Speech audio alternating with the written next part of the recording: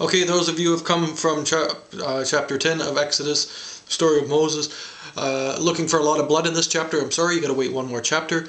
This chapter is about telling the pharaoh, although you weren't going to see the pharaoh again, they had to do one more thing, and quite often when you say one thing, you do another anyhow.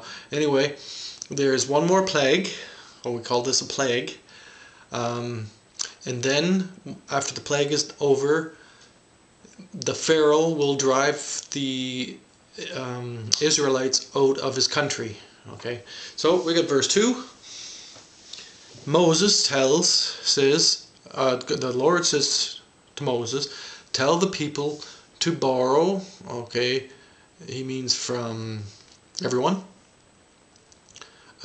women, child, everyone should borrow objects of silver and gold. Okay, borrow, and he's not coming back with the 600,000 soldiers and the family.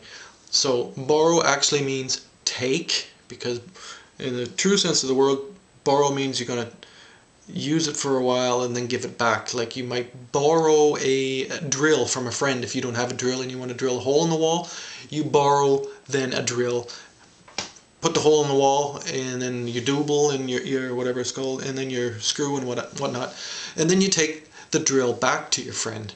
But what Moses means is to borrow permanently, and we call this stealing or plundering or thievery or anything like that. But borrow is actually what you call a euphemism for theft. Okay, verse 3, the Lord disposed the Egyptians favorably toward the people.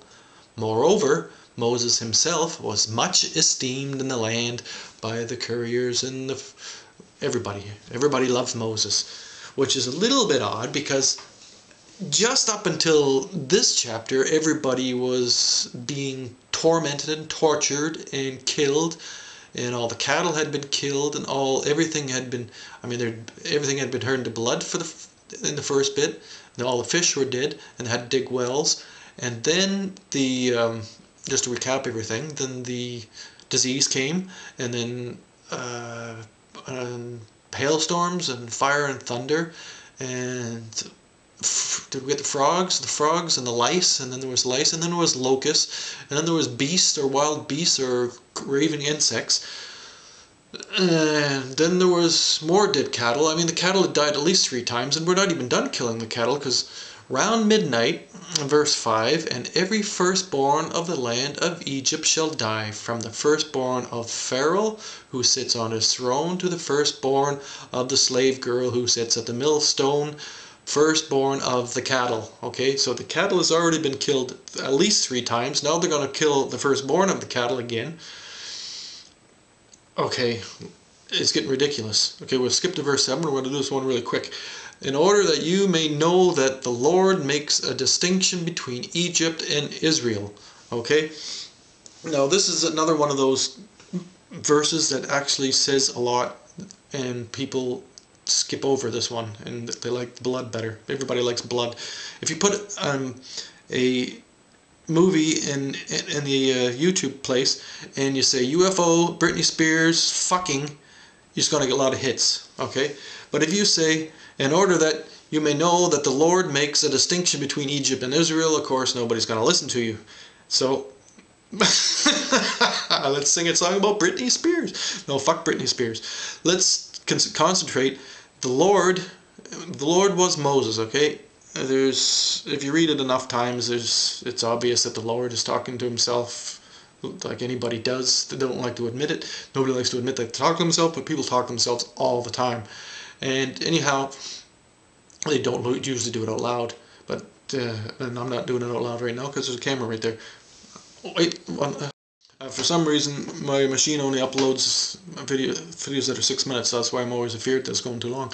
Anyhow, Moses wants everybody, including the Pharaoh, to bow low to me. Okay, that's the object.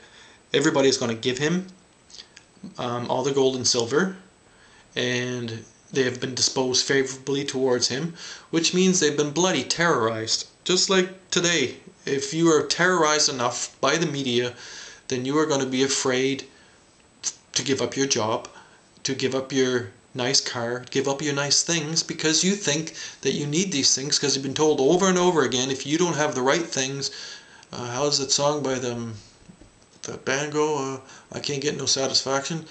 I mean, you've been told what you want to have. You've been given the Israelite dream. It's been turned into the American dream, but it's all a dream. You're wanting things that aren't really necessarily what you really want. And bowing low to the Lord has been the price that you pay. You bow down to your television. You bow down to the religion you believe. And this is still what's happening. And this is what Moses wants his people to do. He wants them all to bow to him.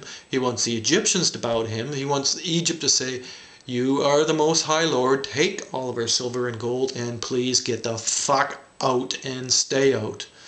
Okay? We'll get to the blood of the firstborn, and we'll explain the significance of the firstborn. And if you want to do a little research on that, before you get to the next one, go for it. Research what it means to sacrifice the firstborn and why the kings liked virginity, and firstborns were often, of course, you get it? It doesn't matter. See ya.